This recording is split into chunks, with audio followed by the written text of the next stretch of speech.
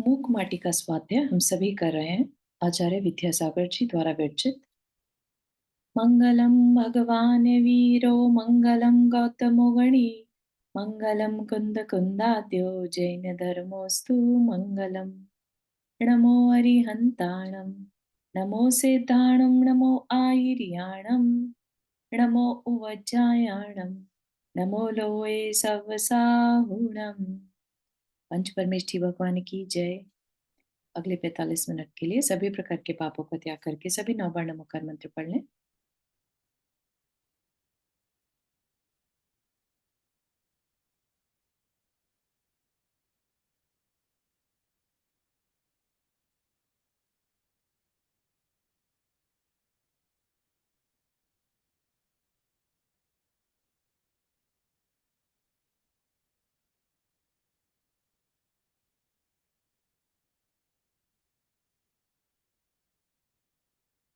तो हमारा जो विषय यहाँ पर चल रहा है मूक माटी का, माटी की कथा है ना। माटी कैसे पद दलिता से कलश बनेगी। ऐसे ही हम देखें तो एक जो साधक है जो अपने आत्मा का कल्याण करना चाहता है ना, कैसे वो संसार के दुखों के थपेड़े खा रहा होता है, ठीक है ना। और कैसे वो एक सिद्ध शिला पर जाकर विराजित हो जाता है। वो भी तो एक उसकी यात्रा ही है ना। जैसे माटी की पद दलिता होकर और कलश बनने की यात्रा है, ऐसे। चारू जी, हाँ। सॉरी टू इंटरप्ट, लेकिन आपकी आवाज बहुत ब्रेक हो रही है। सभी के लिए हो रही है क्या? एक बार बताइए। नहीं, हमारे बराबर है। हाँ, मैंने कुछ चेंज तो नहीं किया है। एक बार आप लॉग आउट करके दोबारा लॉग इन कीजिए शुभांगी जी। हम्म। तो जो एक साधक है ना, तो वो जो संसार के जाल में फंसा है, संसार चक्र में फंसा है, दुखों में फंसा है और अपने आप को बहुत पद दलित की तरह से ही मान रहा है, थपेड़े खा रहा है। दुख है ना। दुख क्या है? बेसिकली जो हम नहीं चाहते और वो घटनाएं हो तो हम उसे दुख कहते हैं, ठीक है ना। तो उस अवस्था से निकलकर और किस तरह से वो सब सर्वश्रेष्ठ बन जाता है, सबका पूजनीय बन जाता है, परमेष्ठी बन जाता है, तो वह भी उसकी एक यात्रा है। तो यहाँ पर शिष्य का रोल भी दिख रहा है और एक गुरु की एंट्री भी हो चुकी है। इस तरह से माटी के लिए गुरु कौन है? वो कुंभकार है ना। कुंभकार का रूप कैसा बताया? कुंभकार जो है उसमें बचपना नहीं है, बल्कि उसमें मैच्योरिटी है। और मैच्योरिटी का लेवल भी ऐसा है कि उसमें जरा सा भी जो है चिंता का भाव नहीं दिखता। किसी तरह की एंजाइटी उसमें नहीं है, किसी तरह का कंफ्यूजन उसमें नहीं है। उसको मालूम है उसको क्या करना है, ठीक है। तो अगर उसे माटी को कलश का रूप देना है तो उसे क्या प्रोसेस फॉलो करना है उसे क्लियर पता है, ठीक है। तो ये चीज हमने पिछली सेशन में देखी थी कि वो वृद्ध है, विशाल है, भाग्य का भंडार है ना। तनाव उसमें किंचित भी नहीं है। तो उसको ईच एंड एवरी स्टेप के बारे में मालूम है कि मुझे क्या करना। ठीक, अविकल्पी है वो। कैसा है वो शिल्पी? अविकल्प। जो उसने ठान लिया, जो उसे करना है सो करना है। अर्थहीन जलपन जिसे रुचता नहीं, है ना। अननेसेसरी का बोलना, बस वो कर रहा है, अपना काम करने से मतलब है उसे। गॉसिप से कोई मतलब नहीं, एनर्जी को उसे वेस्ट करने का कोई इंटरेस्ट नहीं। तो उसको क्या कहा? कुशल शिल्पी, ठीक है। तो कुशल पर्सन, कुशल गुरु ही अपने एक शिष्य को कुशल बना सकता है, कुशल साधक बना सकता है। जो शिष्य ही कुशल नहीं होगा, सॉरी, गुरु ही कुशल नहीं होगा, वो शिष्य को भी कुशल नहीं बना सकता। जो शिल्पी अगर इमेच्योर होगा तो या तो वो टेढ़ी मेढ़ी कलश बना देगा, या उसको ज्यादा पका देगा, या कच्चा छोड़ देगा। पानी पड़ते साथ ही वो फिर से टूट जाएगी, है ना। तो एक छोटे से मिट्टी के कलश को बनाने के लिए भी एक स्किल की जरूरत है, ठीक है ना। तो ये जो वृद्ध है शिल्पी, उसने बहुत बहुत सारे कलश बनाए हैं, ठीक है ना। इसलिए आज वो क्या हो गया, एक्सपीरियंस्ड हो गया, इसलिए उसको बिल्कुल भी चिंता नहीं है कि मैं कैसे बनाऊं, या मैं पहले किसी यूट्यूब वीडियो को देख लूं, या करते कैसे हैं, पकाते कैसे हैं, उसे कोई अ, विकल्प ही नहीं है ना। उसको अपना बिल्कुल क्लियर पता है उसे क्या करना है। तो वो क्या है, किसी भी तरह का अपव्यय करना उसे पसंद नहीं है। ठीक। और वो धरती का भाग्य विधाता बन रहा है, माटी का भाग्य विधाता, इसलिए उसे क्या कहा, कुंभकार। कु यानी धरती, और भ यानी भाग, तो भाग्यवान है वो, भाग्य का विधाता है कुंभकार। ठीक। और साथ ही साथ ये भी क्लियर कर दिया कि कोई किसी का भाग्य विधाता नहीं होता। यथार्थ में प्रति पदार्थ वह स्वयंकार होकर भी यह उपचार हुआ है, मतलब उपचार से कह दिया कि वो उसका भाग्य विधाता है, भाग्य को बनाने वाला है। क्या, शिल्पी माटी के भाग्य को बनाने वाला है। ठीक है, ये किससे कह दिया, उपचार से। अदरवाइज वो खुद माटी जो है कलश का रूप ले रही है। ठीक है, तो क्या, उपादान उसका माटी का इतना स्ट्रांग था कि वो कलश का रूप ले पा रही है ना। अगर माटी ना हो तो क्या शिल्पी, कुंभकार जिसे कहा, वो माटी वो कलश बना सकता था। सारे लेट से उसके पास औजार है, चाक है, सब कुछ है, लेकिन माटी नहीं है। माटी के बिना कलश बनाना पॉसिबल नहीं था, माटी ही कलश बनी, है ना। तो उस अपेक्षा से क्या कहा, स्वयंकार बनी, है ना, खुद ही बनी, लेकिन फिर भी उपचार से उसे कुंभकार कहा, भाग्य का विधाता कहा। ठीक है, तो यहां तक हमने पढ़ा था कि अब एटलीस्ट माटी और कुंभकार का मिलन हो गया। इतने टाइम से, अनंत काल से जो माटी वेट कर रही थी कि मेरा भी उद्धार हो, है ना। हर जीव अनंत काल से संसार में भटक रहा है कि मेरा भी उद्धार करने वाला कोई मुझे मिले। ठीक है ना, तभी तो उसकी ये यात्रा खत्म होगी, नहीं तो अनंत काल अभी और पड़ा है। ठीक, तो माटी इसीलिए बहुत एक्साइटेड है कि अब उसका जो है गोल्डन पीरियड शुरू हो गया, अब उसे पद दलिता कोई नहीं कहेगा, है ना। तो अब शिल्पी ने क्या किया, शिल्पी जो कि बहुत मैच्योर है, उसने क्या किया वो देखते हैं।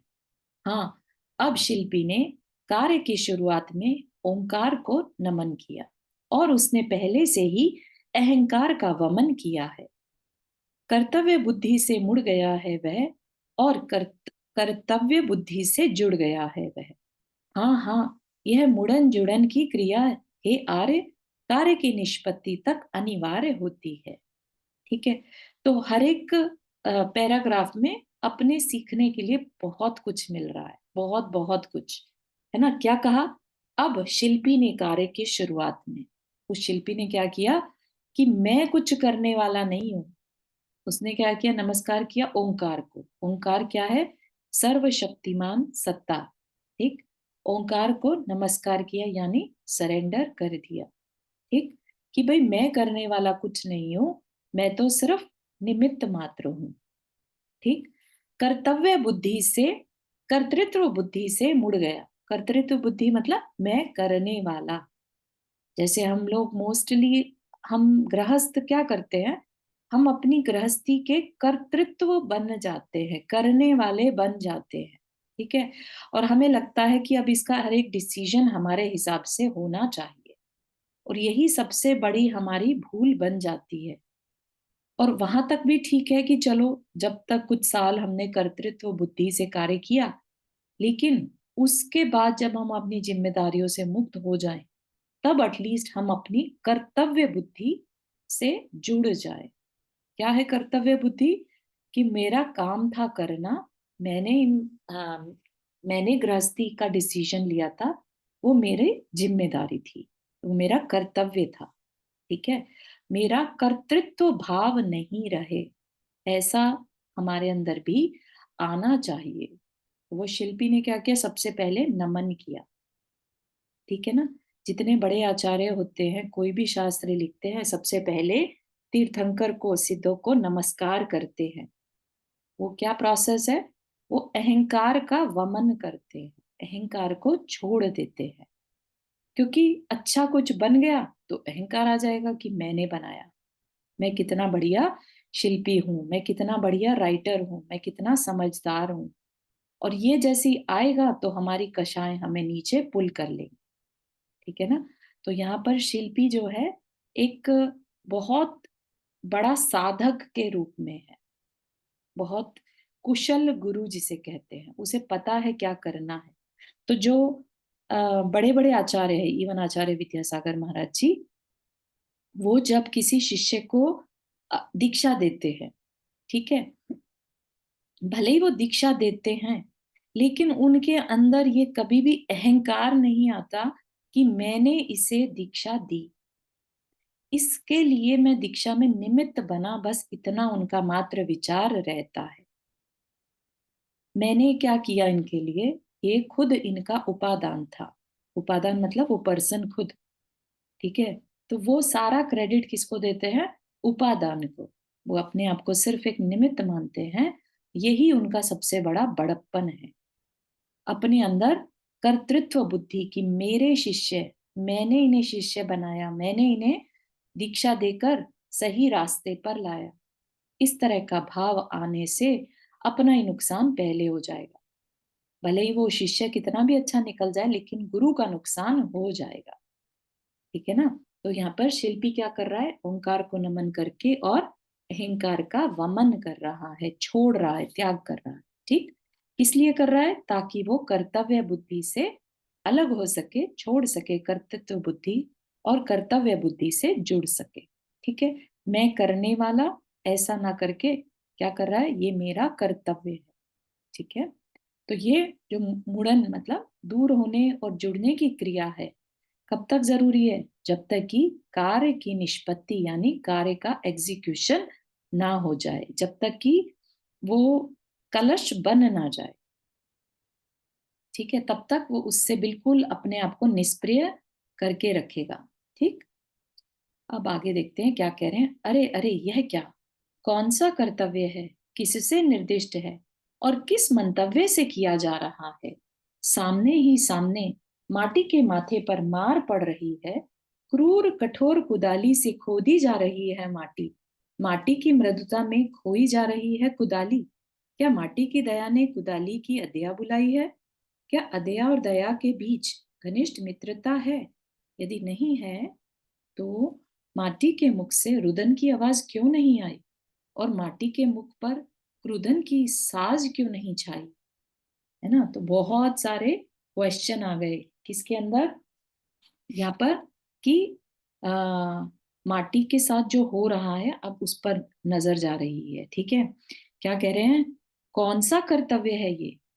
मतलब कि ये जो कुम्हार ने अपना डिसीजन लिया कि मैं माटी को कलश बनाऊं, ये उसका कौन सा कर्तव्य है? किसने उसे कहा और किस मंतव्य से यानी किस उद्देश्य से वैसा किया जा रहा है ना? और देखते ही देखते उसने जो कुदाली चलाई, कुदाली या कुल्हाड़ी जैसे टाइप की एक चीज होती है कुदाली, जिससे मिट्टी, हावड़ा भी कहते हैं ना, जिससे मिट्टी खोदी जाती है ना?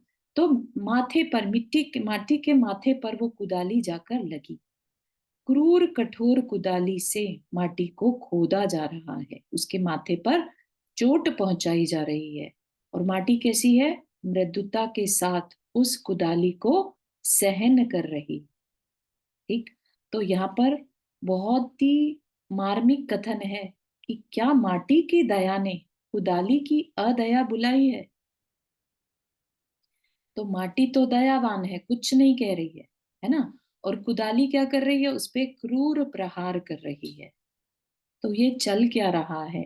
कहाँ तो माटी की दया और कहाँ कुदाली की अदया, है ना? ऐसा ही एग्जाम्पल हम गृहस्थ अवस्था में अनंत बार देख चुके हैं, और साधक की लाइफ में भी ये टाइम बार बार आता है। कैसे? तो देखिए, जब किसी का बालक, बच्चा, है ना, माता पिता को परेशान करता है, गलत रास्ते पर चल पड़ता है, उसमें कमियां होती हैं, तो भी माता पिता क्या करते हैं, उसकी उस कमी को कवर करके और अपने आप उनके आंसू पी जाते हैं कि ठीक है, अभी है तो हमारा ही ना, है ना। तो ये क्या है, एक तरह से खराब समय में भी वो शांति रखते हैं, ठीक है ना। तो कर्म की अदया एक तरह से कह सकते हैं, और माता पिता की दया। होता है ये केस सभी के साथ, कभी ना कभी पोजीशन आई होगी, नॉट जस्ट कि खराब बच्चा निकल आए, कोई भी ऐसी घटना घट सकती है जो हम नहीं चाहते, लेकिन फिर भी हमें बहुत शांति के साथ, पेशेंस के साथ उसको सहन करना पड़ता है ना। तो ये एक तरह से कर्म की क्रूरता फील होती है, लेकिन हमें लगता है कि हमारे ही कर्म है, भुगतने तो पड़ेंगे, ठीक है ना। और इसी तरह से जो एक साधक है, ठीक है, वो क्या करता है, अपने शांत परिणाम से बाद में आने वाले कष्टों को पहले बुला लेता है। तो सोचिए, उसने शांत परिणाम थे उसके, और उसने कष्ट को बुलाकर उन्हें भी शांति के साथ सहन किया। तो यहाँ पर भी जो दया और अदया है, उनके बीच संबंध बन गया। घनिष्ठ मित्रता है क्या? नहीं, है ना। तो ये चीज सोचने पर मजबूर कर रही है कि माटी के साथ ऐसा क्या था कि माटी ने आवाज क्यों नहीं निकाली, क्यों सहन कर गई वो क्रूर कुदाली के वो चोटें, है ना। तो क्या कह रहे हैं, माटी के मुख से रुदन की आवाज क्यों नहीं आई? माँ बाप की बात समझ में आई, क्यों नहीं रोते वो कि अपना ही बालक है ना। या साधु क्यों नहीं रोता, हम ही नहीं बुलाया है इन कर्मों को, है ना। तो माटी के मुख से रुदन की आवाज क्यों नहीं आई, और माटी के मुख पर क्रुधन की साज क्यों नहीं छाई? क्रुधन मतलब क्रोध, ठीक। तो क्रोध की परछाई क्यों नहीं दिख रही उसके ऊपर? जब कोई चीज हम नहीं चाहते और वो होता है, तो हमारे अंदर क्रोध उछाले मारता है ना। या फिर हम रोना शुरू कर देते हैं कि अरे ये हमारे साथ ही क्यों हो रहा है, ठीक। अब माटी ने दोनों में से कोई भी काम नहीं किया, वो चोट सहन कर रही है। तो क्या कह रहे हैं, क्या यह राजसत्ता का राज तो नहीं है? लगता है कि कुछ अपवाद छोड़कर बाहरी क्रिया से भीतरी जिया से सही सही मुलाकात की नहीं जा सकती, और गलत निर्णय ले जिया नहीं जा सकता। यूं ही यह जीवन शंका प्रतिशंका करता, बलानुसार उत्तर देता, अरुक अथक आगे आगे चलता ही जा रहा स्वयं, ठीक है। तो क्या कह रहे हैं कि ऐसा तो नहीं कहीं उसका कोई इसमें लालच हो, है ना। जब हमें किसी चीज का लालच होता है कि ये चीज हमें मिल जाए, तो हम किसी की झूठी तारीफ करने में, झूठी चापलूसी करने में भी पीछे नहीं हटते, चाहे वो पर्सन हमें बिल्कुल भी पसंद ना हो, है ना। हम अपने एक बार के अपनी जमीर को बिल्कुल नीचे गिरा लेते हैं कि नहीं नहीं, अपना काम कराना है तो ये तो काम करना ही पड़ेगा। हालांकि मुझे पता है वो पर्सन अच्छा नहीं, लेकिन अपना काम के लिए मुझे उसके आगे झुकना ही होगा, है ना। वो हमसे मिसबिहेव कर रहा है, लेकिन हमारा जीवन चल रहा है, इसलिए मुझे उसके वार को सहन करना ही होगा। तो ये जो एक लोभ है, कहीं ये वो लोभ तो नहीं है ना। और वाकई में माटी के लिए तो ये लोभ ही है ना। उसके अंदर क्या लोभ है कि मेरा कल्याण ये शिल्पी ही करेगा, अब इसके हाथ में है, ये जो करे मुझे मंजूर है। तो माटी क्या है, अपनी एक बिगर पिक्चर देख रही है, उसको फिर इन छोटे छोटे तकलीफों से कोई मतलब नहीं। वो अपने विजन को, अपने फ्यूचर को पॉजिटिव देख रही है, ठीक है ना। हमारे साथ भी ऐसा ही होता है ना कि हम किसी काम को करने की ठानते हैं, और अच्छा काम है, स्टार्टिंग में हो सकता है दिक्कतें भी आए, है ना। लेकिन अगर हमारा विजन स्ट्रांग है और हमें उसमें खुशी मिल रही है, तो बार बार हम उस विजन के को सोच सोच कर खुश होकर एनर्जी को वापस ला सकते हैं कि इट्स ओके, थोड़े टाइम की तकलीफ है, निकल जाएगी, ठीक है ना। तो यही सेम इस समय कंडीशन जो है माटी की चल रही है, ठीक है ना। उसके अंदर भी इस तरह का एक लोभ है, इंटेंशन है, ठीक। कुछ अपवाद छोड़कर बाहरी क्रिया से भीतरी जिया से सही सही मुलाकात नहीं की जा सकती। बाहरी क्रिया मतलब बाहर में कुछ हो रहा है, लेट से हमारी नजर बाहर की साइड है, तो हम कितना भी कुछ कर लें, हम अपने इंटरनल से नहीं कनेक्ट हो सकते। ठीक। तो यहाँ पर ये कहा जा रहा है कि कुछ अपवाद छोड़कर, लेट से किसी ने बहुत प्रैक्टिस कर ली अपने आप से कनेक्ट होने की, तो फिर बाहर में कुछ भी होता रहे उसे फर्क ही नहीं पड़ेगा।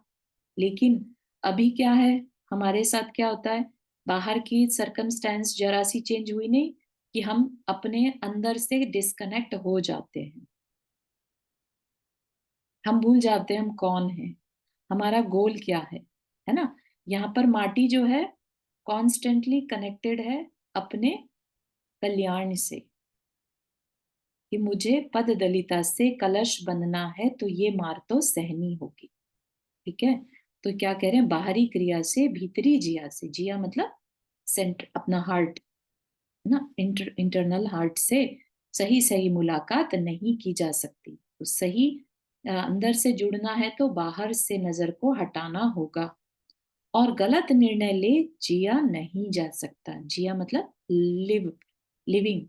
अगर हम रॉन्ग डिसीजन लेते रहेंगे तो क्या होगा, हम नहीं जी पाएंगे, है ना। और यूं ही यह जीवन शंका प्रतिशंका, प्रतिशंका क्या, हमारे क्वेश्चंस ऐसे ही आते रहेंगे जैसे अभी ऊपर आ रहे हैं, कि हमने रोना रोए क्यों नहीं, या हमें गुस्सा क्यों नहीं आया, ये क्यों नहीं हुआ, वो क्यों नहीं हुआ, है ना। और हम बलानुसार उत्तर देता अरुक अथक आगे आगे चलता ही जा रहा स्वयं।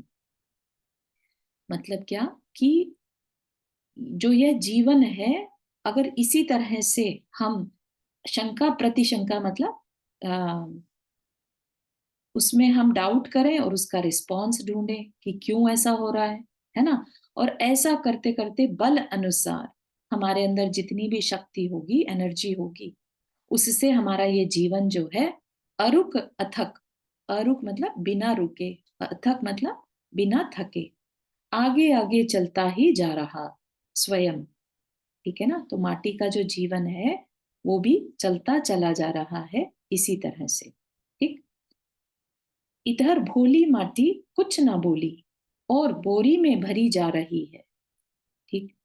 आपने, आई डोंट नो कि वो वीडियो देखने का टाइम लगा होगा कि नहीं, तो उसमें आ, बड़ा अच्छा विजुअल दिखाया है, माटी किस तरह से बोरी में भरी जा रही है और उसकी चेहरा बोरी के बाहर से झांक रहा है। तो यहाँ पर क्या है, इधर भोली माटी कुछ ना बोली।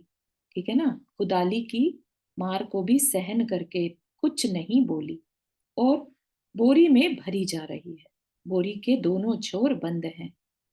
तो यहां तक भी उसको स्वीकार है कि उसको बंद कर दिया दोनों तरफ से, है ना। बीचों बीच मुख है, और सावरणा सा भरना लज्जा का अनुभव करती, नवविवाहिता तनुधरा घूंघट में से झांकती सी, बार बार बस बोरी में से झांक रही है। माटी भोली सतियों को भी यतियों को भी प्यारी है, यही प्राचीना परिपाटी। इसके सामने बंधन विरहित शीला नून नूतन नवीना, इस युग की जीवन लीला की कीमत कम पाती है। ठीक है। तो यहाँ पर अब क्या कह रहे हैं, कि भोली है माटी, माटी कैसी है, भोली है, उसको बस अपना कल्याण के ऊपर फोकस है तो कुछ नहीं कह रही, और माटी बोरी में बंद हो गई। ठीक। अब माटी का मुख कैसा है, लज्जा रूप है। ठीक है, क्योंकि उसके अंदर एक तरह का एक्साइटमेंट है, नवविवाहिता की तरह का एक्साइटमेंट है, क्योंकि उसको एक नया जीवन मिलने वाला है। सावरणा, सावरण मतलब आवरण सहित, साभरणा आभूषण सहित।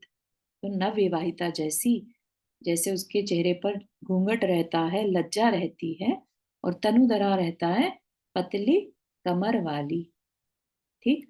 बार बार बस बोरी में से झांक रही है ना, क्योंकि उसको एक्साइटमेंट है, बार बार बाहर झांक कर देख रही है। पहले के टाइम में जैसे दुल्हन को डोली में ले जाया जाता था, है ना, तो डोली में वो अपने घूंघट में से बार बार बाहर झांक कर देख लिया करती थी। ठीक है ना। इसी तरह से माटी भोली भी क्या है, बोरी में से झांक रही है कि मैं जा कहाँ रही हूँ, देखूं तो सही, है ना। सतियों को भी यतियों को भी प्यारी है यही प्राचीना परिपाटी।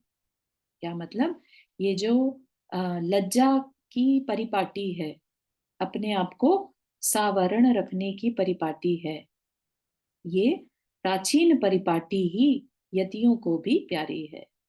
मतलब जो आज के साधक हैं, सतियां हैं, उनको ये प्राचीन परिपाटी पसंद है, लज्जा के साथ, आवरण के साथ, है ना। और जबकि आज हो क्या रहा है, बंधन विरहित शीला नूतन नवीना, इस युग की जीवन लीला कीमत कम पाती है। मतलब कि आज के टाइम की जो नारी है, उसका बता रहे हैं नूतन नवीना, है ना, उनका जीवन क्या है, उनकी वैल्यू उतनी नहीं रहती। जो पहले की सती नारियां होती थी, उनकी वैल्यू ज्यादा होती थी। ठीक है ना। आज की बंधन विरहित, जो बंधना पसंद नहीं करती, हमें बस छोड़ दो, हमें नहीं, मतलब हमें नहीं रहना अपने इन लॉज के साथ, या हमें किसी का नहीं करना, हमें आजकल तो ये भी ट्रेंड है कि अभी बच्चे नहीं चाहिए, क्योंकि बंधने का इंटरेस्ट नहीं है। ठीक है ना। तो बंधन विरहित शीला नूतन नवीना, इस युग की जीवन लीला कीमत कम पाती है। ठीक है। तभी तो संवेदनशील शिल्पी ने माटी को पूछा है कि तामसता से दूर सात्विक गालों पर तेरे घाव से लगते हैं, छेद से लगते हैं, संदेह सा हो रहा है। भेद जानना चाहता हूं, यदि कोई बाधा न हो तो बताने की कृपा करोगी, है ना। तो अब जो शिल्पी है, कुंभकार है, उसने संवेदनशील शिल्पी ने माटी से पूछा। ठीक है।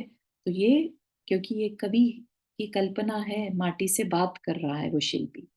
ठीक है। कि तामसता, तामसता से दूर, तामसिक प्रवृत्ति होती है ना, जो बहुत गुस्सैल होते हैं, तामसिक प्रवृत्ति वाले बहुत विषय लोलुपता में रहते हैं। ठीक है ना। तीन प्रकार के होते हैं, राइट, लोग तीन प्रकार के डिवीजन है आयुर्वेद के हिसाब से, तामसिक, सात्विक और राजसिक। ठीक है ना। तो राजसिक तो जो बहुत ऐशो आराम में रहते हैं और दूसरे से काम कराना पसंद करते हैं, खुद नहीं कुछ करते, है ना। अच्छा खाना, अच्छा पहनना, इसमें उनका इंटरेस्ट रहता है। तामसिक में क्या रहता है कि दूसरा भी खुश ना हो, इस तरह के जो विचार रहते हैं ना, कि मैं खुश हूं नहीं हूं वो अलग बात है, दूसरा नहीं होना चाहिए। ये क्या है, तामसिक प्रवृत्ति। तो इसलिए वो इतना गुस्सा करते हैं, उनको दूसरा अच्छा दिखता लगता ही नहीं है। ठीक है। जो ईर्ष्या करना, निंदा करना, ये सब क्या है, ये तामसिक प्रवृत्ति है। ठीक। तो वो कहता है कि वो तामसता से तुम दूर हो, सात्विक गाल है तुम्हारे, तुम्हारा चेहरा जो है बहुत सात्विक है। सात्विक मतलब जो शांत हो, है ना, उसको हाव हाव नहीं है किसी भी चीज की, और बिल्कुल जो मिल गया वो ठीक। ठीक है। जो संतोषी हो, वो, उसका जीवन क्या कहते हैं, सात्विक। ठीक है। तो शिल्पी को संदेह हो रहा है, उसको कुछ ठीक सा नहीं लग रहा। क्या ठीक नहीं लग रहा, तो कहता है कि तामसता से तो तुम दूर हो, और तेरे तेरे गाल भी सात्विक है ना, फिर ये घाव कैसे हैं, ये छेद छेद से कैसे हैं, मुझे संदेह हो रहा है, थोड़ा उसको डाउट आ रहा है। ठीक है। भेद जानना चाहता हूं, अगर तुम्हें कोई प्रॉब्लम नहीं है तो क्या तुम बताओगी क्या, बड़े पोलाइटली उससे पूछ रहा है। ठीक है। कुछ क्षणों के लिए माटी के सामने अतीत लौट आता है, और उत्तर के रूप में कुछ नहीं, केवल दीर्घ श्वास।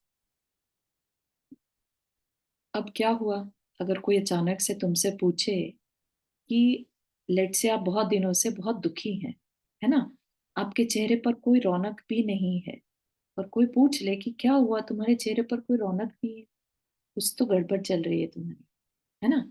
तो अचानक से आपको वाकई में अपने दुख याद आ जाएंगे, कि वाकई में जो मेरी लाइफ में चल रहा है ना, ये अच्छा इसको भी दिखने लगा, है ना। और हम वापस से अपने उन दुखों में एक बार को फिर से खो जाते हैं। भले ही अभी हमें पॉजिटिव दिखने की उम्मीद बंधी, है ना, कि अब हमारी लाइफ चेंज होने वाली है, लेकिन फिर भी अगर कोई ऐसा क्वेश्चन पूछ ले जो हमारे पास्ट से रिलेटेड हो, तो क्या होगा? उत्तर के रूप में और कुछ नहीं, केवल दीर्घ श्वास। एक बड़ी सी साई उसके मुंह से निकली। ठीक। उस दीर्घ श्वास ने ही शिल्पी के संदेह को विदेह बना दिया और विश्वास को श्वास लेने हेतु एक देह मिली। फिर भी सही सही अवधान नहीं हुआ, सही समाधान नहीं हुआ। जिज्ञासा जीवित रही शिल्पी की। इसको देखकर ही माटी अव्यक्त भावों को व्यक्त करती है, शब्दों का आलंबन ले। अमीरों की नहीं गरीबों की बात है, कोठी की नहीं कुटिया की बात है। वर्षा काल में थोड़ी सी वर्षा में टप टप करती है और वह टपकाव से धरती में छेद पड़ते हैं। फिर तो इस जीवन भर रोना ही रोना हुआ है। इसे जीवन भर रोना ही रोना हुआ है। दीनहीन इन आंखों से धारा प्रवाह, अश्रु धारा बह इन गालों पर पड़ी है। ऐसी दशा में गालों का सछिद्र होना स्वाभाविक ही है। और प्यार और पीड़ा के घावों में अंतर भी तो होता है। रति और विरति के भाव एक से होते हैं क्या?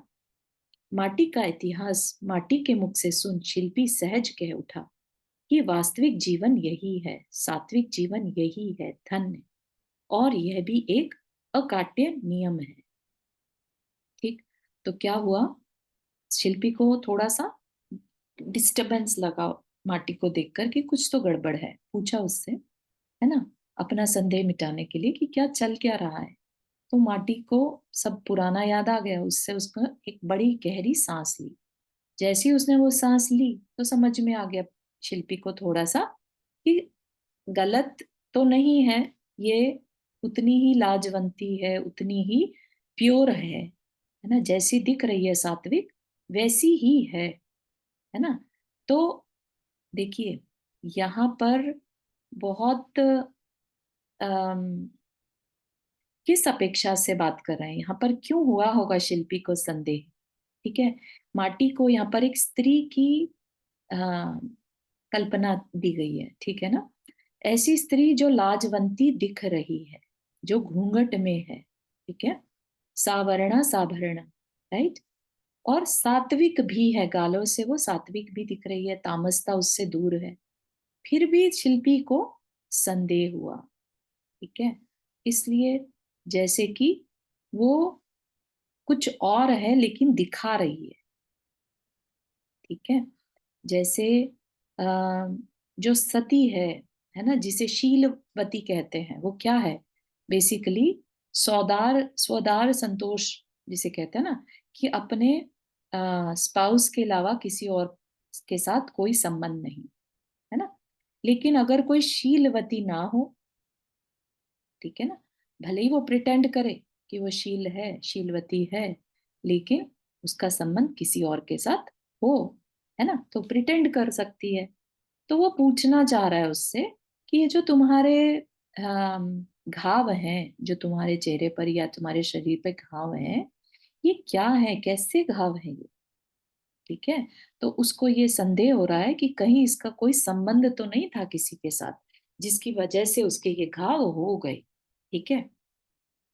तो उस संदेह के साथ उसने पूछा, और जैसे ही उसने पूछा और उसने दुख भरी सांस ली, तो शिल्पी का जो संदेह था वो दूर हो गया। ठीक। फिर भी विश्वास को श्वास लेने हेतु एक देह मिली। फिर भी सही सही अवधान नहीं हुआ, सही समाधान नहीं हुआ। ठीक है। उसको थोड़ा सा तो पता चला कि है तो बात कुछ, जो कि शील, एटलीस्ट इसका शील तो सही है ना। लेकिन क्या प्रॉब्लम है वो नहीं समझ में आ रही। ठीक है। तो क्या कह रहे हैं? सही सही अवधान नहीं हुआ, मतलब कि सही सही निर्णय, अवधान मतलब निर्णय नहीं हो पा रहा। ठीक है। तो इतनी जब उसकी जिज्ञासा हुई। हाँ, रिचा, आपने हाथ रेस किया। हाँ जी, मैं पूछना चाह रही थी ये कॉन्टेक्स्ट मुझे समझ में नहीं आ रहा मतलब कि इसका आध्यात्म से या जो हम जिस उसमें ले रहे थे उससे क्या रिलेशन है ये डिस्कशन का? हाँ, अभी थोड़ा सा और आगे बढ़ेंगे तो आएगा, बहुत बहुत ही बड़ा वाला रिविलेशन होगा। ठीक है। तो अभी जस्ट एक कन्वर्सेशन चल रहा है यहाँ पर शिल्पी का ओके, और माटी का। ठीक है, तो यहाँ पर माटी ने सिर्फ क्या किया, एक श्वास ली, दीर्घ श्वास, जो बहुत दुखी होता है उसके अंदर से कुछ कहने लायक नहीं निकलता है ना, एकदम से पहला रिएक्शन क्या है, बड़ी सी सांस की क्या कहूं, है ना। तो इतना कहा उसने, जैसी उसने श्वास ली तो जो शिल्पी है उसको थोड़ा सा तो आइडिया लगा, लेकिन क्लियर नहीं हुआ। ठीक है, शिल्पी की जिज्ञासा रही। तो इसको देखकर माटी अव्यक्त भावों को व्यक्त करती है, शब्दों का आलंबन ले। तो अब माटी बोलती है कि अमीरों की नहीं गरीबों की बात है, कोठी की नहीं कुटिया की बात है। मतलब कि अपने बारे में अब थोड़ा सा बताती है कि जो ये सिचुएशन है मेरी, ये अमीरों की नहीं है, जो कोठी में रहने वाले हैं, जो हमेशा कवर्ड प्रोटेक्टेड रहते हैं, ये उनकी नहीं बात है, ये गरीबों की बात है, जो कुटिया में मतलब एक झोपड़ी में रहते हैं। ठीक है, तो वो उसको विजुअल करवाना चाहती है। हालांकि ऐसा नहीं है कि माटी कोई झोपड़ी में रहती हो या अ, कहीं ऐसे प्रोटेक्शन में रहती हो, है ना, लेकिन वो बताना चाह रही है एग्जाम्पल दे। ठीक है, तो किस तरह से वो एक्सप्लेन कर रही है कि जो मेरी सिचुएशन है ना, वो अमीरों वाली प्रॉब्लम नहीं है, मेरी प्रॉब्लम गरीबों की है। क्या, कि वर्षा काल में थोड़ी सी भी वर्षा अगर होती है तो टपकने लगता है पानी। ठीक है, उसी टपकाव के साथ रहना पड़ता है, और धरती में क्या हो जाते हैं, एकदम छेद हो जाते हैं, है ना। इसी तरह से मेरा जीवन भी रो रो कर दीनहीन इन आंखों से जो धारा प्रवाह निकली, अश्रुधारा, तो इन गालों का सछिद्र होना स्वाभाविक ही है।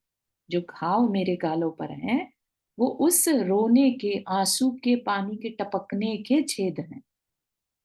ठीक है, और प्यार और पीड़ा के घावों में अंतर भी तो होता है। रति और विरति के भाव एक से होते हैं क्या? तो मेरे चेहरे के जो भाव हैं वो तुम्हें किसी के साथ संबंध हुए हो ऐसे भाव हैं, या मैं तो, मुझे तो कोई बात भी नहीं करता, मैं तो अकेले हूं, है ना। तो वो कह रहे हैं कि भावों को पहचानो, मेरे भाव कैसे हैं, मेरे घाव जो हैं वो गरीबी के तकलीफ के घाव हैं। मैं बहुत बहुत मैंने इस तकलीफ में जीवन जिया है। ठीक है, तो अब यहाँ पर माटी की बात सुनकर शिल्पी क्या कहता है, सहज कह उठता है, वास्तविक जीवन यही है, सात्विक जीवन यही है। तो एक जो मैच्योर, बड़ा एक्सपीरियंस्ड शिल्पी है, उसके मुंह से क्या निकला कि वास्तविक जीवन यही है। कैसा जीवन? जो तकलीफों के बाद हम अपने आप को स्ट्रांग बना लेते हैं, वो ही सात्विक जीवन है, वही रियल जीवन है, जीने का तरीका है। ठीक है, तो यहाँ पर जो पीपल, जितने भी हमने साधक भी देखे होंगे, कोई भी राजमहल में रहकर साधना नहीं कर पाया, उसको अपना राजमहल छोड़ना ही पड़ा, चाहे वो फिर चक्रवर्ती हो या तीर्थंकर हो। उन्होंने अपना सब कुछ, वैभव, सारा साम्राज्य छोड़कर ये बता दिया कि वास्तविक जीवन यही है।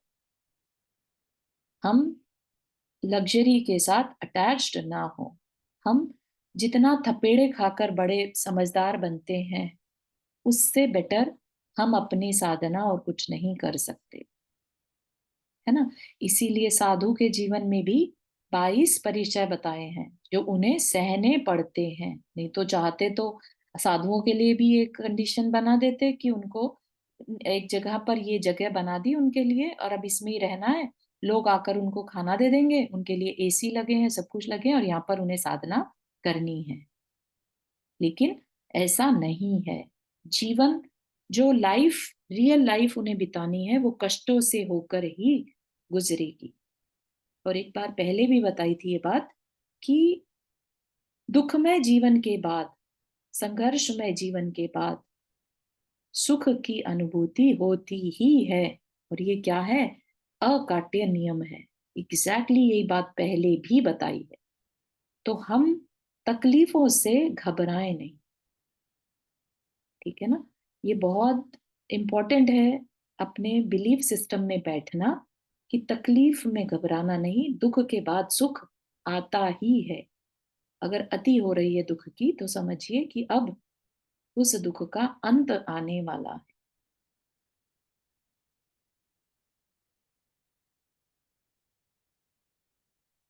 ठीक है, क्लियर हुआ ऋचा जी?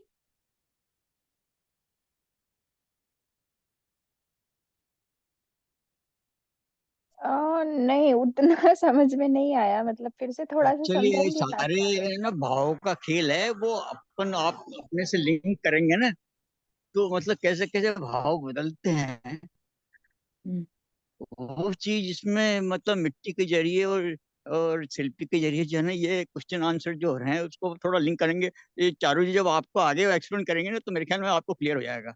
एम आई करेक्ट चारू जी? हाँ, नहीं, इसमें अपन कनेक्ट करते हुए चलते भी रहे तो भी है कि जो हमारे को हमारा हाँ, कल्याण करने मतलब वाला कि है। पहले जो मिट्टी था वो, हम्म, हाँ नहीं, पहले जो मिट्टी था हम्म, वो मैं एक्चुअली बाद में ज्वाइन किया, लेकिन जो मैं समझ पा रहा हूँ, पहले मिट्टी था वो कीचड़, मतलब नीचे जब पड़ा हुआ था तो हम्म, बरसात आती थी कीचड़ बनता था, और फिर वो जो बरसात आती थी वो भी, उसको भी वो पता नहीं कहाँ चला जाता था, मतलब सब कुछ सहन कर रहा था, आंधी तूफान ये उसके ऊपर सब चलते थे।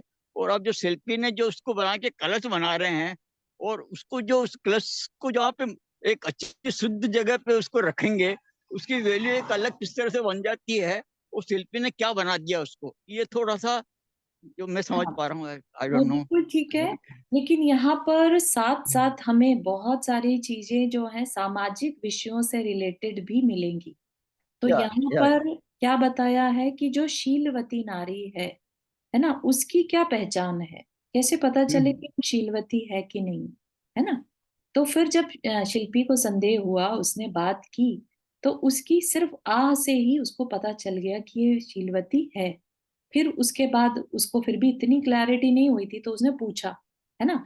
तो उस पर जो वो स्त्री रूपी माटी है, उसने कहा कि जो गरीब होता है, जिस तरह से गरीब की झोपड़ी में टप टप पानी टपकने से छेद हो जाते हैं फर्श में, है ना, ऐसे ही मेरी आंखों से जो आंसू निकले, उससे मेरे गालों में ये घाव हो गए हैं। ये मेरे कोई घाव किसी लव रिलेशन के घाव हो, ऐसा नहीं। ठीक है ना। तो वैसा बताना चाहा है एक शीलवती नारी का किस तरह का स्ट्रेंथ होती है ना। उसने किस तरह से अपने आप को प्रूव किया। ठीक है। तो ऐसा सुनते साथ ही उसके अंदर से क्या निकला, शिल्पी के अंदर से उसको पता चला कि माटी कितनी दुखी है ना। तो उसके दुख को देखते साथ ही उसके चेहरे को तो वो देख ही रहा था। ठीक है। फिर भी उसके जैसे ही उसने उसके दुख को जाना, उसके अंदर से ही निकला, वास्तविक जीवन यही है, सात्विक जीवन यही है। ठीक है, कि जो दुख से ना घबराए, जीने का तरीका वही है। ठीक है। तो यहाँ पर इस कॉन्वर्सेशन में हमें यही सीखने को मिला, और यही अकाट्य नियम है। वास्तविक जीवन कह दिया उसे यहाँ पर, तो ये समझने की चीज है। ठीक है, जीवन वास्तविक यही है, एक बड़े आचार्य कह रहे हैं वास्तविक जीवन यही है, और यह अकाट्य नियम है। अति के बिना इति से साक्षात्कार संभव नहीं, और इति के बिना अत का दर्शन असंभव। अर्थ यह हुआ कि पीड़ा की अति ही पीड़ा की इति है, और पीड़ा की इति ही सुख का अत। ठीक है ना। तो यहाँ पर समराइज कर दिया कि इति मतलब, कई बार कहते हैं ना कि बस अब नहीं सहन होता, बहुत हो गया। ठीक है ना।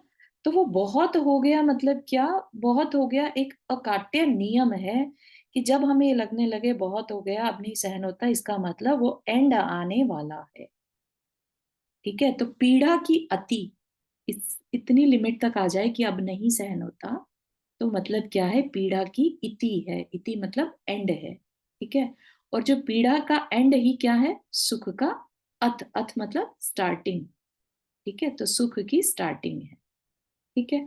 इस वजह से इसको क्या कहा कि वास्तविक जीवन यही है। कोई भी जीवन ऐसा नहीं होता जिसमें सिर्फ सुख ही सुख हो। ठीक है ना। तो सात्विक जीवन यही है और यही अकाट्य नियम है। ठीक है, आई होप अभी बात समझ में आ रही होगी। विषय जो है पिछला रिकॉर्डिंग भी सुन सकते हैं अगर किसी को कनेक्शन नहीं बैठ रहा है कि यहाँ पर क्या चल रहा है। तो हम बीच बीच में सामाजिक जो अंडरस्टैंडिंग है कि क्या होता है, जैसे हमने संप्रेषण के बारे में जाना था, which is not related to आध्यात्म, लेकिन फिर भी हमें बताया गया कि जैसे हम अपनी ऑरा से दूसरे को अफेक्ट कर सकते हैं, ठीक है ना, ऐसे ही यहाँ पर वो कुंभकार की ऑरा से वो माटी अफेक्ट हो रही है, उसको अच्छे भाव आ रहे हैं क्योंकि कुंभकार के भाव अच्छे हैं। ठीक है, तो इस तरह के प्रैक्टिकल एग्जाम्पल्स भी हमें यहाँ पर समझ में आएंगे। ठीक है ना, तो ये ओवरऑल हमारे अवेयरनेस को बढ़ाने वाला है ताकि हम देखें हमारे चारों तरफ क्या हो क्या रहा है। ठीक है, यहाँ तक के किसी को कोई क्वेश्चन?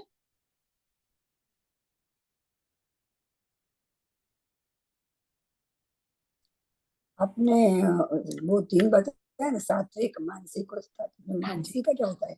मानसिक का? सात्विक, तामसिक, राजसिक। हाँ। ठीक है, तो राजसिक तो जो राजा की तरह रहता है, अच्छा खाना चाहिए, अच्छा पहनना चाहिए, दिखावे की जिंदगी जो जीते हैं, है ना, कमी नहीं पड़नी, अच्छा। वो राजसिक है ना। फिर तामसिक हो गया वो जो दूसरे को तकलीफ देकर जिए, जिसमें हमेशा दूसरे को दुख देने के भाव रहे, क्रोधी जो होते हैं, अहंकारी जो होते हैं, वो तामसिक।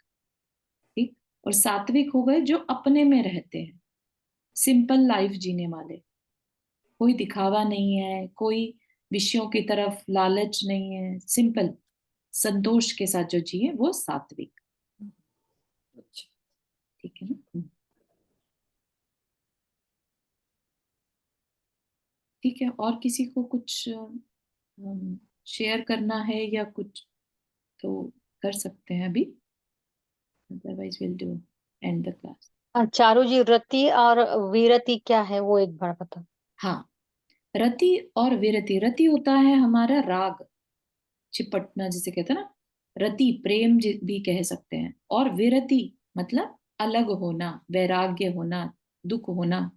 ठीक है, रति और विरति, जैसे रति अरति नौकशाय में हम पढ़ते हैं ना, हाँ हाँ, और अरति, है ना, तो ओके विरति ओके, भी गॉट इट। हाँ, थैंक यू। हाँ, ठीक है, ठीक है, चलिए फिर आज के लिए इतना ही रखते हैं। दिनवाणी स्तुति। जा वाणी के ज्ञान से सूझे लोकालोक, सो वाणी मस्तक धरो सदा देत बुधोक। हे जिन वाणी भारती तो ही जपो दिन रैन, जो तेरा शरण आ गए सो पावे सुख चैन। नौ पांडव मुकरमन।